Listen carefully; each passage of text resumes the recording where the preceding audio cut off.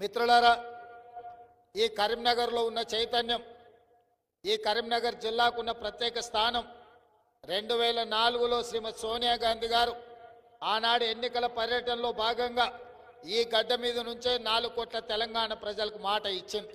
మీ మనసులో ఆలోచన, 6 దశాబ్దాల మీ పట్టుదల నాకు తెలుసు, తప్పకుండా మీ ఆకాంక్ష నెరవేరుతుంది అని శ్రీమతి సోనియా గాంధీ గారు చెప్పిండ్రు.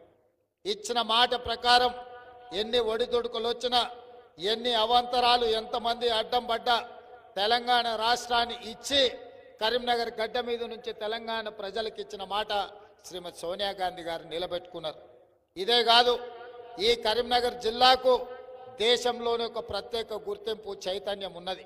ఉమ్మడి కరీంనగర్ జిల్లా నుంచి దేశం ఆర్థిక సంక్షోభాన్ని ఎదుర్కొంటూ దివాలా తీసే పరిస్థితిలో ఉన్న ఈ దేశాన్ని ఆర్థిక సరళీకృత విధానాలను తీసుకొచ్చి ప్రపంచంలోనే 3వ ఆర్థిక శక్తిగా ఎదగడానికి ఈ దేశాన్ని నడిపించిన బిడ్డ, మంతని బిడ్డ పివి నరసింహారావు గారు ఈ కరీంనగర్ బిడ్డ.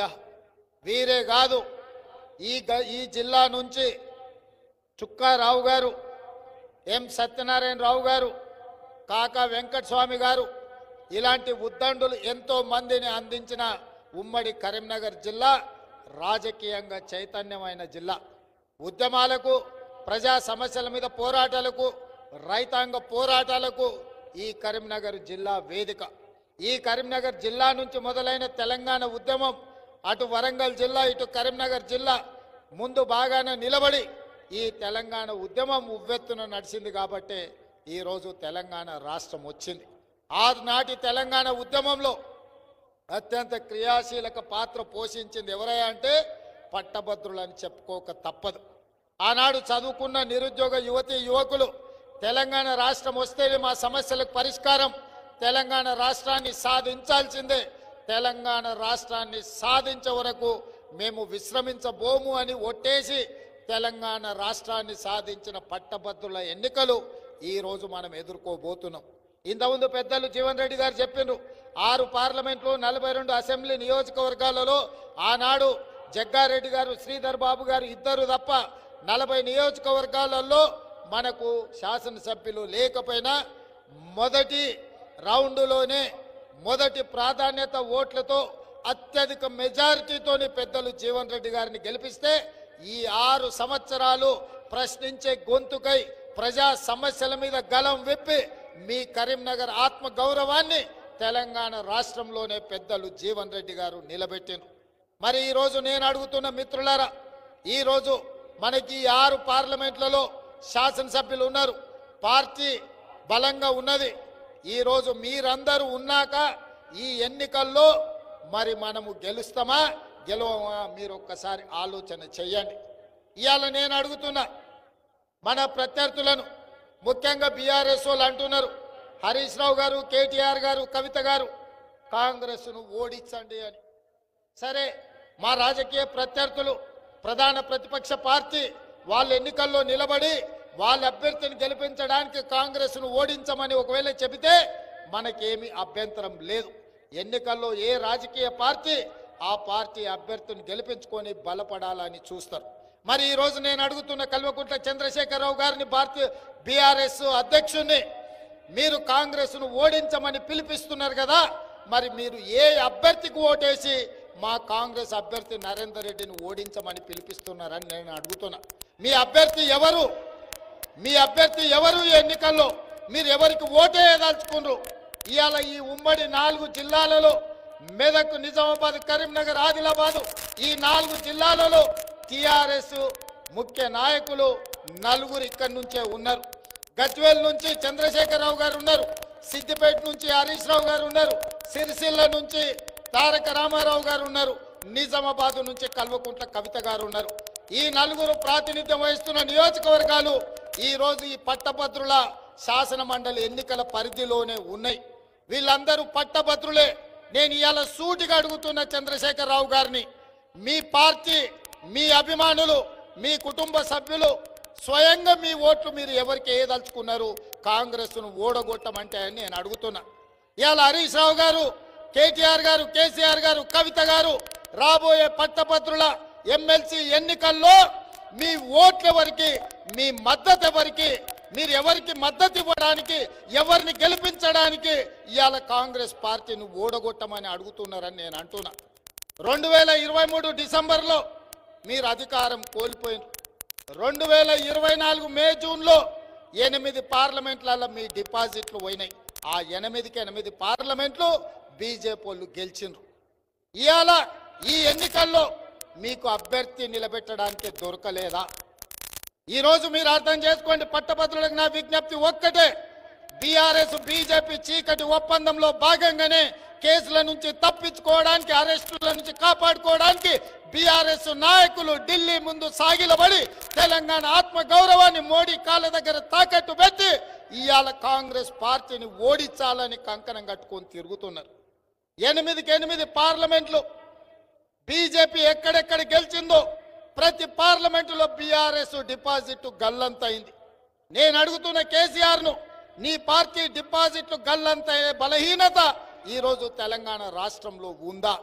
ఒకవేళ అదే నిజమైతే డిపాజిట్లు పోగొట్టుకున్న మీరు ఎమ్మెల్యే ఉప ఎన్నికలు వస్తే ఉప ఎన్నికలలో అన్ని సీట్లు గెలుస్తామని మీరు అంటారు. ఎమ్మెల్యే ఉప ఎన్నికలు ఎప్పుడు వస్తాయో దేవుడెరుగు. ఇవాళ వచ్చిన ఎమ్మెల్సీ ఎన్నికల్లో మీరు పోటీ ఎందుకు నిలబడలేదని నేను చంద్రశేఖరరావు గారిని అడుగుతున్నా. నీ నీతేంది, నీ జాతేంది, నీ మద్దతు ఎవరికని ఈ కరీంనగర్ గడ్డ మీద నుంచి చంద్రశేఖరరావు గారిని నేను ప్రశ్నిస్తున్నా.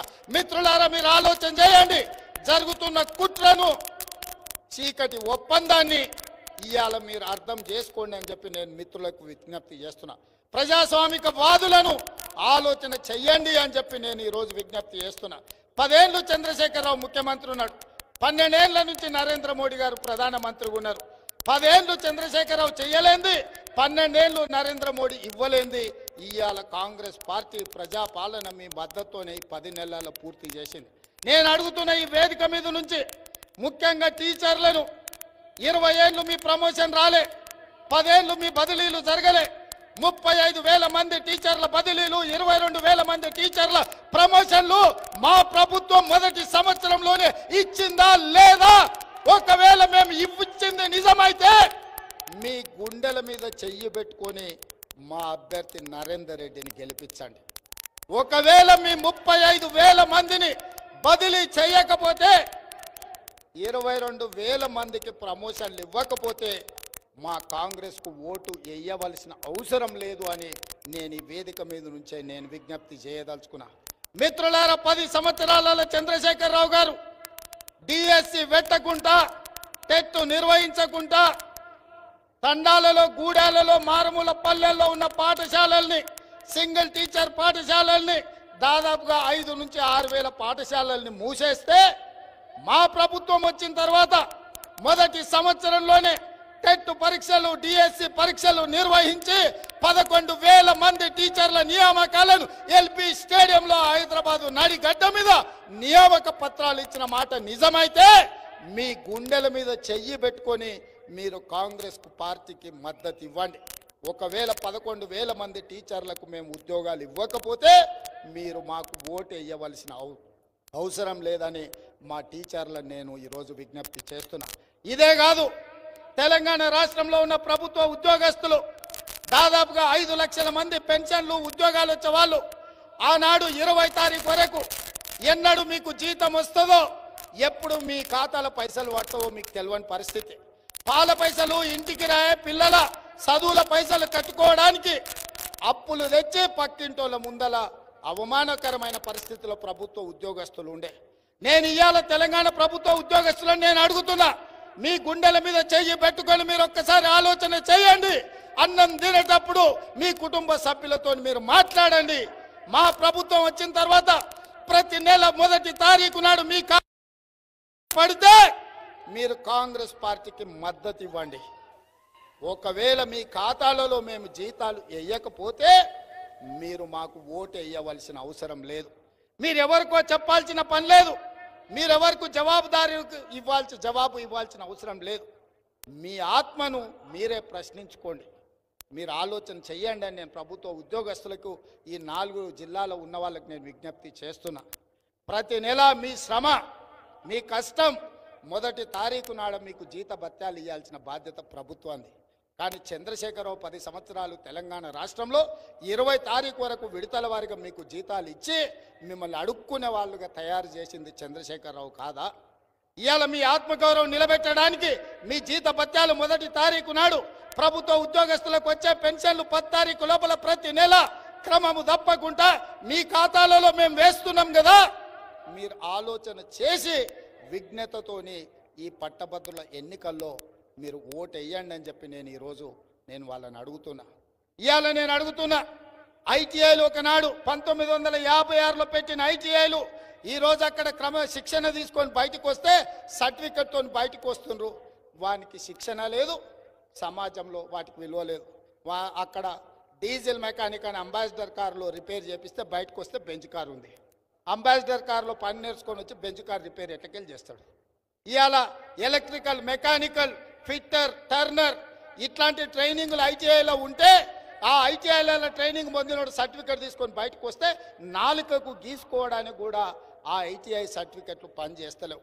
అందుకే పెద్దలు శ్రీధర్ బాబు గారు నేను టాటా కంపెనీతో మాట్లాడి, రతన్ టాటా కుమారుడు చంద్రశేఖర్తో మాట్లాడి ఈ 65 ఐటీఐలు తెలంగాణ రాష్ట్రంలో ఉన్న వాటిని అడ్వాన్స్డ్ టెక్నాలజీ సెంటర్లుగా 2400 కోట్ల రూపాయలు ఖర్చు పెడితే 2100 కోట్ల రూపాయలు టాటా సంస్థ పెట్టుబడి పెట్టి ఈ ఐటీఐలను అప్గ్రేడ్ చేసి అడ్వాన్స్డ్ టెక్నాలజీ సెంటర్లుగా మార్చి వేలాది మంది నిరుద్యోగులకు క్రమశిక్షణ ఇచ్చి వాళ్లకు టాటా కంపెనీ ఉద్యోగాలకు తీసుకుంటామని చెప్పి ఒప్పందం చేసి ఇలా ఐటీఐలను అప్గ్రేడ్ చేసి ఏటీసీలుగా మార్చినాం. మేము మార్చింది నిజమైతే మీరు మాకు ఓటేయండి, మేము చెప్పింది అబద్ధమైతే మీరు మాకు ఓటు వేయాల్సిన అవసరం లేదని చెప్పి నేను ఈ సందర్భంగా అడుగుతున్నా.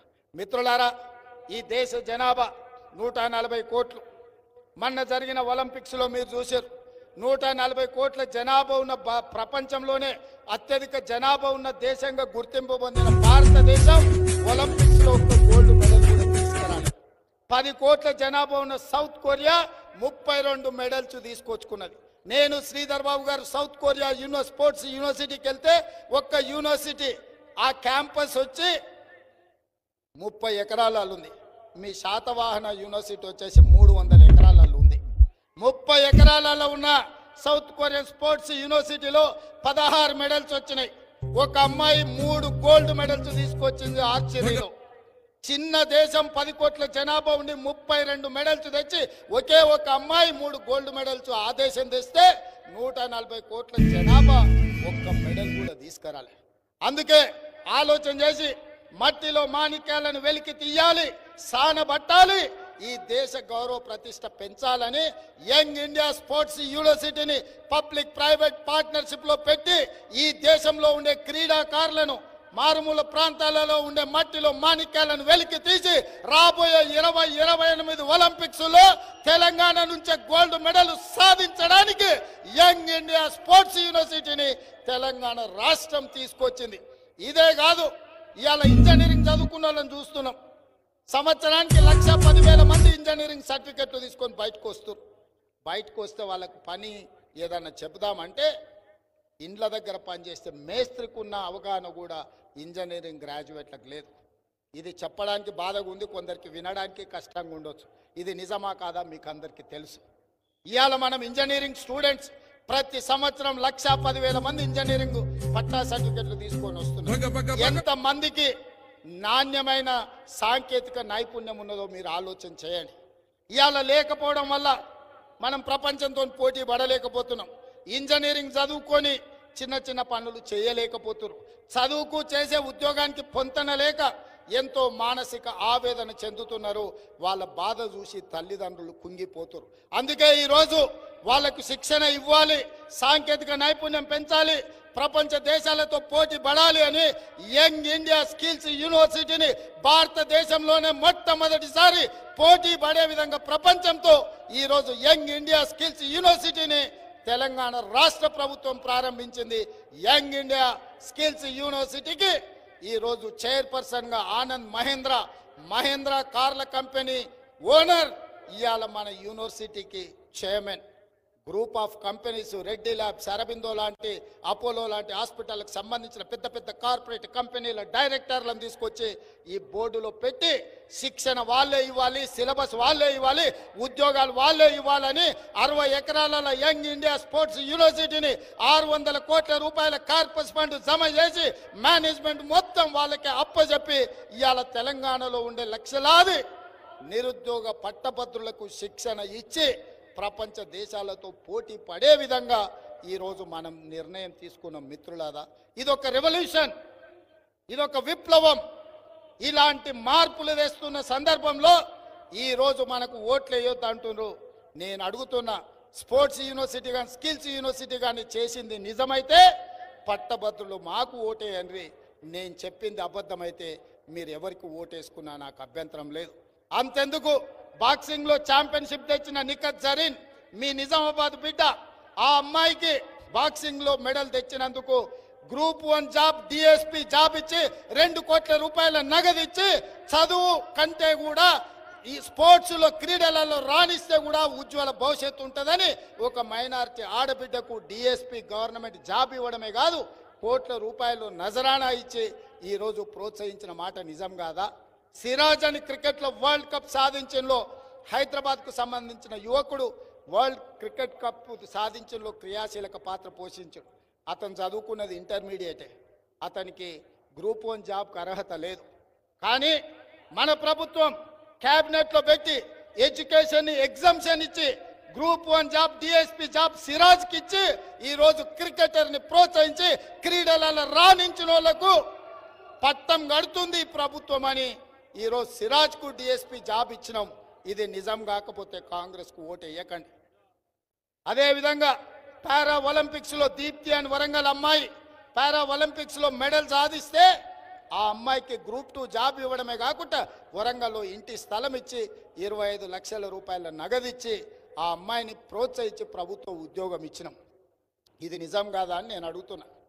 తెలంగాణ రాష్ట్రాన్ని క్రీడలు కానీ, విద్యలో కానీ, వృత్తి నైపుణ్యంలో కానీ ఈ 10 సంవత్సరాలు చంద్రశేఖరరావు నిర్లక్ష్యం చేయడం వల్ల తెలంగాణ మొత్తం కుప్పగూలింది. పూర్వ వైభవం తీసుకురావాలని ఇవాళ అన్ని రకాలుగా మేము ప్రయత్నం చేస్తుంటే, ఈ ప్రయత్నంలో భాగంగా మేము నిరంతరం శ్రమిస్తుంటే మా మీద కుట్రలు చేసి ఇవాళ ఎట్లయినా ఓడించాలని బీఆర్ఎస్ వాళ్ళు బయలుదేరి. సరే, బీఆర్ఎస్ వాళ్ళ కంటే అసూయ, ద్వేషము, అక్కసు, కడుపు మంట ఉన్నాయి. ఎందుకంటే వాళ్ళ కుర్చీ మనం గుంజుకున్నాం. వాళ్ళ కుర్చీలో కేటీఆర్ కూర్చోవాల్సిన కుర్చీలో శ్రీధర్ బాబు గారు కూర్చున్నారు, హరీష్ రావు గారు కూర్చోవాల్సిన కుర్చీలో ఉత్తమ్ కుమార్ రెడ్డి గారు కూర్చున్నారు, చంద్రశేఖరరావు కూర్చోవాల్సిన కుర్చీలో రేవంత్ రెడ్డి కూర్చున్నారు, కవితమ్మ కూర్చోవాల్సిన కుర్చీలో మా సీతక్క కూర్చున్నది, వాళ్ళతోని ఉన్న కొప్పుల ఈశ్వర్ కూర్చోవాల్సిన కుర్చీలో మా లక్ష్మణ్ కూర్చున్నాడు, వాళ్ళ మన్నటి వరకు వాళ్ళతో అంటగాగిన ఈటల రాజేందర్ కుర్చీలో మా పొన్నం ప్రభాకర్ కూర్చున్నాడు. అందుకే వాళ్ళ కడుపులో మంట, మన మీద అక్కసు, మన మీద ద్వేషం, అసూయ వెళ్ళగక్కుతున్నారు. పార్లమెంటులో కుమ్ముక్కై కాంగ్రెస్ను దెబ్బతీయాలని బీజేపీని 8 సీట్లు గెలిపించారు. ఇవాళ మళ్ళీ అదే కుట్ర కుతంత్రాలతో బీఆర్ఎస్ వాళ్ళు బీజేపీని గెలిపించడానికి చీకటి ఒప్పందం చేస్తారు. నేను అడుగుతున్న మిత్రులారా, ప్రభుత్వం ఉన్నన్ని రోజులు ఢిల్లీకి పోయేదే లేదు, ఢిల్లీ వాళ్ళు నిధులు అడిగేదే లేదు అన్నారు. బాగానే ఉంది. నిన్న మొన్న కేటీఆర్, హరీష్ వరుసగా ఢిల్లీకి పోతురు, రాష్ట్రానికి నిధులు ఇవ్వమంటారు. ప్రభుత్వం మనదుంటే ప్రభుత్వానికి తెలవకుండా దేనికి నిధులు అడుగుతుర్రా వీళ్ళు? పోయి చీకట్ల కాళ్ళు పట్టుకొని పొద్దటిపూటనేమో కాగితం ఇచ్చి ఫోటోలు దిగుతారు. ఎందుకంటే ఈ సంగతి బయట పడితే ఈ గూడు పుట అని తెలంగాణ ప్రజలకు అర్థమవుతుందని. ఇవాళ వీళ్ళు ఈ విధంగా కుట్రలు చేస్తూ ఇవాళ పట్టభద్రులు చదువుకున్న వాళ్ళకి ఇది. మరి రైతుల గురించి నేను అడగదలుచుకున్నా. 2014లో ₹1,00,000 రుణమాఫీ అన్నాడు, 4 విడతలు అన్నాడు, మిత్తి నేనే కడతా అన్నాడు. లాస్ట్కు మొత్తం అప్పుల కుప్పై తడిసి మోపడై రైతులు ఆత్మహత్యలు చేసుకున్నారు. 2018లో మళ్ళీ అదే మాట మాట్లాడి, కానీ 2023 వరకు ఆయన చెల్లించింది 11,000 అయితే 11,000 కోట్లు అయితే 8,500 కోట్లు మిత్తికే పోయినాయి. అస్సలు కట్టింది 3,500 కోట్లు. కానీ ఈరోజు ఇచ్చిన మాట ప్రకారం 25,50,000 రైతు కుటుంబాలకు 21,000 కోట్ల రూపాయలు మొదటి సంవత్సరంలోనే రైతు రుణమాఫీ చేసి రైతుల రుణం తీర్చుకున్న పార్టీ ప్రభుత్వం మనది. ఇవాళ నేను అడుగుతున్న ఈ కరీంనగర్ గడ్డ మీద నుంచి తెలంగాణ రైతాంగాన్ని 25,50,000 రైతాంగ కుటుంబాలకు 21,000 కోట్ల రూపాయల రుణమాఫీ నేను చేస్తే మీరు గుండెల మీద చేయి పెట్టుకొని ఆలోచన చేసి రుణమాఫీ జరిగిన వాళ్ళు నాకు ఓటేయండి. ఒకవేళ మీకు రుణమాఫీ జరగకపోతే మీరు చంద్రశేఖరరావు మాటలు నమ్మండి, వినండి అని నేను విజ్ఞప్తి చేస్తున్నా. ఎన్నికలు అడ్డం పెట్టుకొని రైతు బంధుని ఎగ్గొట్టి కేసీఆర్ పారిపోతే ప్రభుత్వం ఏర్పడిన తర్వాత జనవరి నుంచి మార్చి లోపల రైతు బంధు ఆయన పారిపోయి వదిలేస్తే 7,625 కోట్లు ప్రభుత్వం వచ్చిన ఎంబడే రైతు బంధు పథకం పైసలు మీ ఖాతాలో వేయలేదా? మీ ఖాతాలో వేసింది నిజమైతే ఓటు నా ఖాతాలో వేయండి, నేను వేసింది అబద్ధమైతే మీ ఓటు ఎవరి ఖాతాలో అయినా వేసుకోండి అని చెప్పి నా రైతులను నేను అడుగుతున్నా. మిత్రులారా, నాడు ఒరేసుకుంటే ఉరేసుకున్నట్టే అని చంద్రశేఖరరావు అన్నాడు. నేను మా ఉత్తమ్ కుమార్ రెడ్డి గారు వరి వేసుకోండి, వరికి కనీస మద్దతు ధర ఇవ్వడమే కాదు 500 రూపాయల బోనస్ ఇస్తామని ఇవాళ తెలంగాణ రైతాంగాన్ని రైతులను ప్రోత్సహిస్తే కాళేశ్వరం కుప్ప కూలినా 1,56,00,000 మెట్రిక్ టన్నుల వరి ధాన్యాన్ని పండించి దేశంలోనే అత్యధికంగా ఒడ్లు పండించే రాష్ట్రంగా తెలంగాణ రాష్ట్రం నిలబడ్డది. 500 రూపాయల బోనస్ మేమిచ్చినాం. బోనస్ వచ్చిన రైతుల్ని నాకోటేయమంటున్నా, రానోళ్ళు ఎవరని ఉంటే మీ ఇష్టం అని అంటున్నా. ఇదే కాదు, ఆనాడు కల్లాలల్లా రైస్ మిల్లులల్లా రైతు ధాన్యం తీసుకపోతే తాలి పేరు మీద, తౌడు పేరు మీద, తాలి పేరు మీద, తడి పేరు మీద తుట్టి 10 కిలోలు తీసేది. మన ప్రభుత్వం వచ్చినాక 1 కిలో అయినా తీస్తున్నా, మీరు ఆలోచన చేయండి. ఆనాడు తడి ఉందనో తాలుందనో క్వింటాల్కు 10 కిలోలు కొట్టి టీఆర్ఎస్ నాయకులు పంచుకొని 10 కిలోలు అంటే దాదాపుగా 200, ప్రతి సంవత్సరం 1 కోటి క్వింటాళ్ళ పైన కొంటే ఎన్ని వేల కోట్ల రూపాయలు అయినాయో లెక్క కట్టుంది. ఈ లెక్కన రైతు బంధువులు ఇచ్చిన దానికంటే తాలు మీద కొట్టేసింది అంతకంటే ఎక్కువ. అది వాళ్ళ చరిత్ర. ఇవాళ ఒక్క రైతు దగ్గర నన్ను తుట్టి తీసినామా మేము? ఇవాళ రైతులు పండించిన పంటకు గిట్టుబాటు ధర ఇచ్చి కల్లాల్లోనే కుప్పలకా నుంచి పంటలు కొని 3 రోజుల్లోనే మా ఉత్తమ్ కుమార్ రెడ్డి గారు నిధులు మీ రైతుల ఖాతాలో వేసిన మాట నిజం కాదా? ఇవాళ రైతులు నేను అడుగుతున్నా, మీ పంటకు గిట్టుబాటు ధరనే కాదు, మీ పంటకు బోనస్ ఇచ్చిన నా కోటేస్తారా, లేకపోతే ఒరేసుకుంటే ఉరేసుకోమని మాటలు విని మీరు ఎవరికైనా ఓటేస్తారా? ఇవాళ మీరు ఆలోచన చెయ్యండి అని చెప్పి నా రైతాంగ సోదరులను నేను అడుగుతున్నా. ఇవాళ కట్టిన కాళేశ్వరం 1,00,000 కోట్లు ఖర్చు పెట్టి పనిమంతుడు పందిరేస్తే కుక్కతో తగిలి కూలిపోయిందంటే వెనకటికి. 1,00,000 కోట్లు ఖర్చు పెట్టిన కాళేశ్వరం కట్టుడేందో కూలుడేందో 3 ఏళ్ళ ఈ విచిత్రం ఎప్పుడైనా విన్నారా, చూసిండ్రా అని నేను అడుగుతున్నా ఇక్కడికి వచ్చిన మిత్రులను. అట్లాంటి దుర్మార్గుడు ఇవాళ కాంగ్రెస్ పార్టీని ఓడగొట్టమని అడుగుతున్నాడు. నేను అడుగుతున్నా మిమ్మల్ని, ఏం పాపం చేసినామని కాంగ్రెస్ను ఓడగొట్టమంటున్నాడు? 10 ఏళ్ళు చేసిన నువ్వు దుర్మార్గాలు, 12 ఏళ్ళు నరేంద్ర మోడీ చేసిన నిర్లక్ష్యం ఇవాళ మమ్మల్ని 10 నెలల్లోనే ఏమి చేయలేదని ఎట్లా అంటారని నేను అడుగుతున్నా. ఇవాళ తెలంగాణ సమాజాన్ని 200 యూనిట్లు పేదోళ్ళ ఇంటికి 50 లక్షల కుటుంబాలకు ఉచితంగా విద్యుత్ ఇస్తున్నామా లేదా?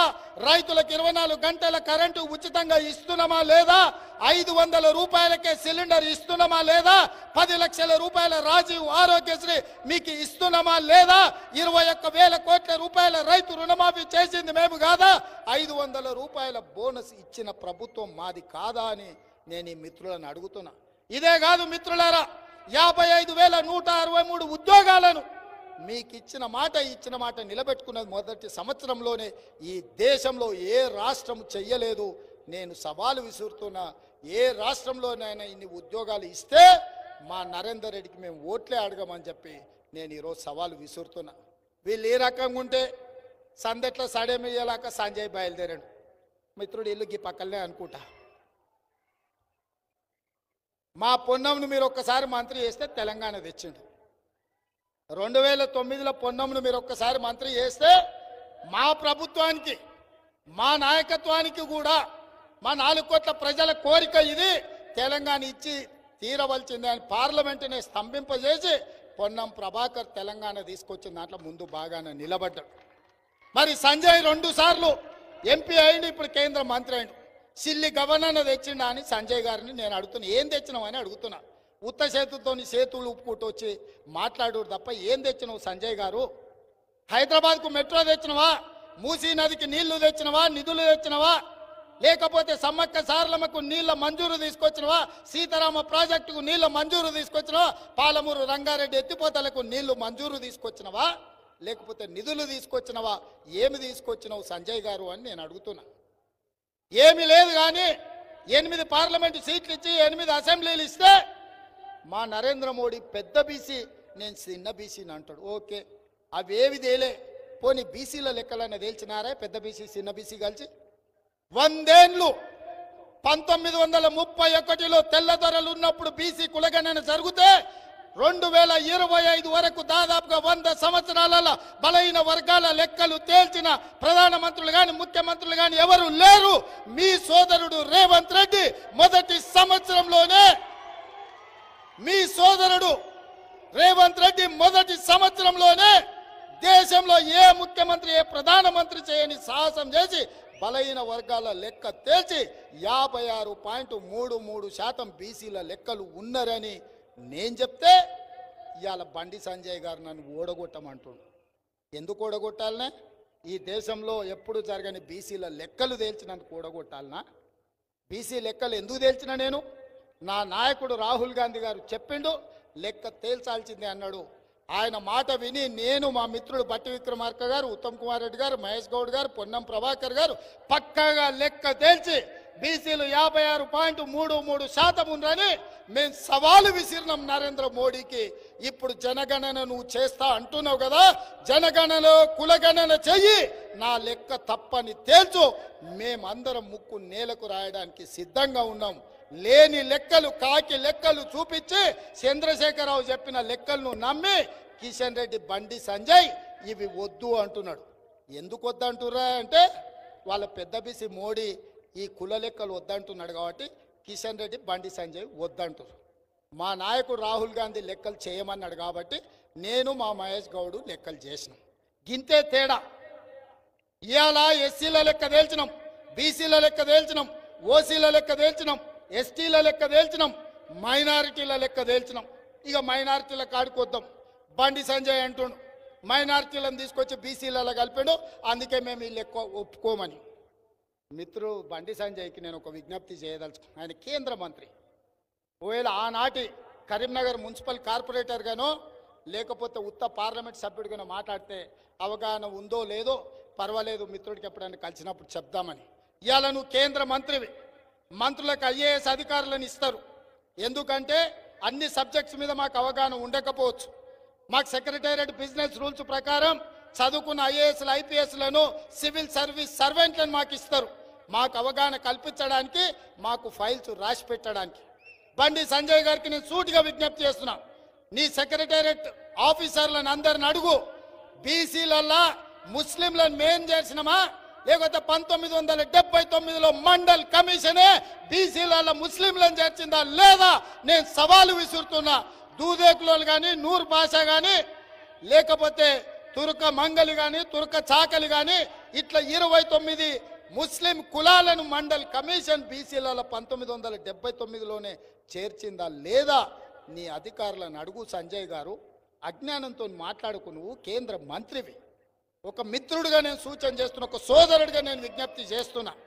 ఇదే కాదు, నేను ఇవాళ సవాలు విసురుతున్న కిషన్ రెడ్డికి, బండి సంజయ్ గారికి.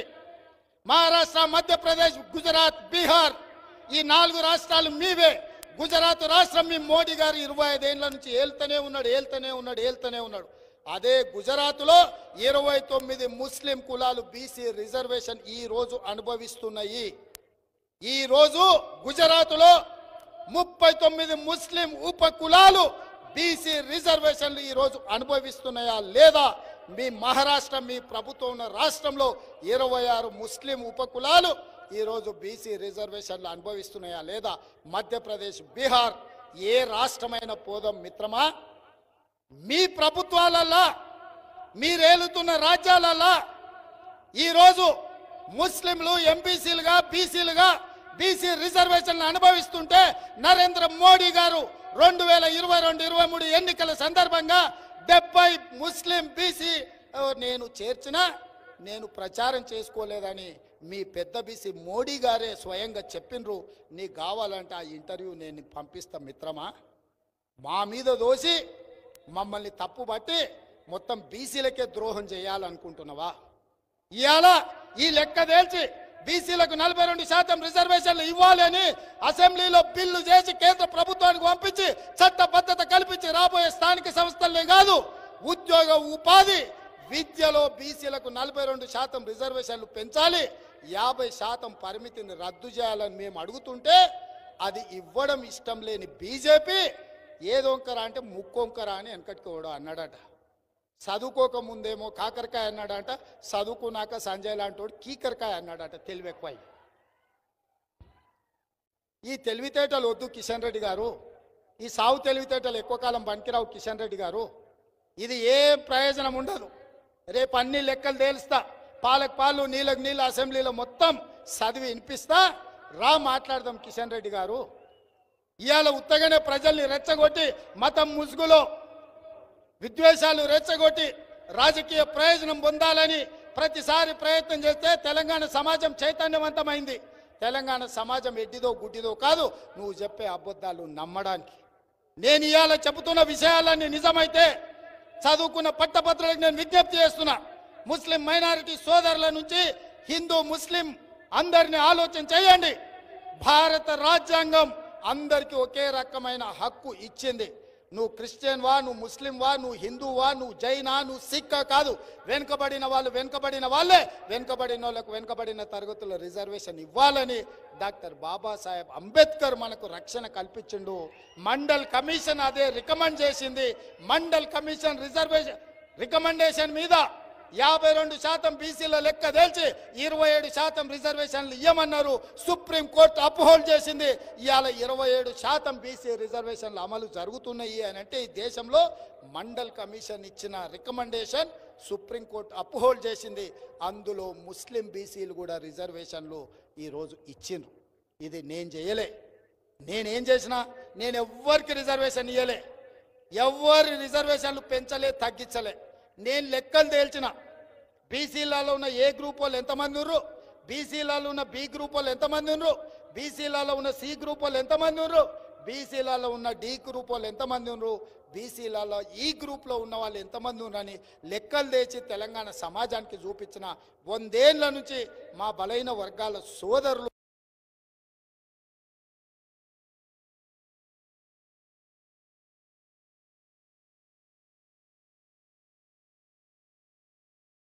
గుంజుకోలే. ఓ బీసీ అధ్యక్ష పదవి కిషన్ రెడ్డి గుంజుకున్నాడా? ఇవాళ కిషన్ రెడ్డి సికింద్రాబాద్లో ఎంపైండు. ఎవరి సీటే? బండారు దత్తాత్రేయ. ఆయన బీసీ కాదా? ఆ బీసీ సీటు ఆ బీసీ కేంద్ర మంత్రి గుంజుకున్నది కిషన్ రెడ్డి కాదా? ఒక బీసీ అధ్యక్షుడు ఉంటే ఓర్వలేక బండి సంజయ్ని దింపి కిషన్ రెడ్డి ఎక్కిండు. ఒక బీసీ బండారు దత్తాత్రేయ ఎంపీగా కేంద్ర మంత్రిగా ఉంటే ఆ బీసీని దించి కిషన్ రెడ్డి కుర్చెక్కిండు. కానీ మీ సోదరుడు రేవంత్ అన్న పిసిసి అధ్యక్షుడు ఉంటే దిగి ఎవరికి ఇచ్చిండే? మహేష్ గౌడ్కి ఇచ్చాడు. నేనా నువ్వు ఆ బీసీల పక్షపాతి అని నేను అడుగుతున్నా. నా కుర్చీ నా తర్వాత ఒక బలైన వర్గాలకు మహేష్ గౌడ్ మిత్రుడికి కాంగ్రెస్ పార్టీ కార్యకర్తని ఈరోజు అధ్యక్షుడిని చేసినాం. క్రమశిక్షణ కలిగిన బండి సంజయ్ను బండారు దత్తాత్రేయను ఇద్దరిని మంటలు కలిపి గంగలో దోసి కిషన్ రెడ్డి ఆ 2 కుర్చీలు గుంజుకున్నాడు. కిషన్ రెడ్డి కూడా బీసీల గురించి మాట్లాడతాడు. ఇది ఆయనకు రేవంత్ రెడ్డికి ఉన్న తేడా. ఎందుకంటే మా నాయకుడు రాహుల్ గాంధీ బలహీన వర్గాలకు న్యాయం చేయాలనుకుంటుండు. వాళ్ళ నాయకుడు నరేంద్ర మోడీ గారు బీసీలకు అన్యాయం చేయాలనుకుంటుండు. కాబట్టి కింద ఈ వ్యవస్థలు ఇట్లా పనిచేస్తున్నాయి. ఇక వీళ్ళని పక్కన పెడితే మా దళిత సోదరులు మాదిగ ఉపకులాలు ఈ వేదిక మీద శాసనసభ్యులు ఉన్నారు. లక్ష్మణ్ ఉండొచ్చు, కవంపల్లి ఉండొచ్చు, చాలామంది శాసనసభ్యులు ఉన్నారు. 30 ఏళ్ళ నుంచి వాళ్ళ పిల్లలు వాళ్ళు ఆ జాతి కోసం సంఘం కోసం లక్షలాది మంది వీధుల్లోకి వచ్చారు, పోరాటాలు చేసినారు, కేసులు కట్టుకున్నారు, ప్రాణాలు కోల్పోయినారు. 30 ఏళ్ళలో ఎవరు చేయలే. వర్గీకరణ అంటేనే ఆమెడ దూరం పోయేది. మా సోదరుడు కృష్ణమాదిగ మొదలుపెట్టిన ఉద్యమం జాతీయ స్థాయిని ఆకర్షించింది. నరేంద్ర మోడీ కృష్ణమాదిగని కౌగిలించుకున్నాడు, ముద్దు పెట్టుకున్నాడు, కానీ వర్గీకరణ మాత్రం చెయ్యలే. నరేంద్ర మోడీ విష కౌగిల్లో కృష్ణమాదిగ కరిగిపోయింది. కానీ పార్లమెంటులో సుప్రీంకోర్టు ఆదేశాలు ఇచ్చిన మాదిగ ఉపకులాల వర్గీకరణ కోసం పార్లమెంటులో బిల్లు పెట్టలే, నరేంద్ర మోడీ చట్టం చెయ్యలే.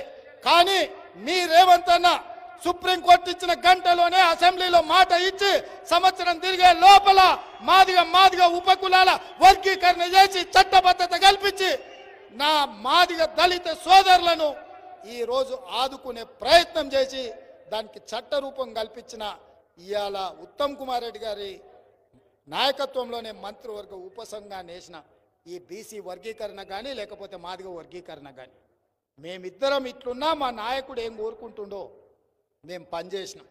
మరి నేను ఇవాళ అడుగుతున్నా మా బలహీన వర్గాలను, మా దళిత సోదరులను, ఒకరిది 100 సంవత్సరాల పోరాటం, ఇంకొకరిది 30 సంవత్సరాల ఆరాటం. మీ ఆకాంక్షల్ని మొదటి సంవత్సరంలోనే తీర్చిన కాంగ్రెస్ పార్టీ రేవంత్ రెడ్డికి అండగా నిలబడతారా? 10 ఏళ్ళు కేసీఆర్, 12 ఏళ్ళు నరేంద్ర మోడీ మీకు ద్రోహం చేసిన వాళ్ళకి అండగా నిలబడతారా? మీరు ఒక్కసారి ఆలోచన చేసి నిర్ణయం తీసుకోండి మిత్రులారా. ఇవాళ ఈ శాసన మండలి ఓడిపోతే ప్రభుత్వానికి వచ్చే ప్రమాదం ఏం లేదు.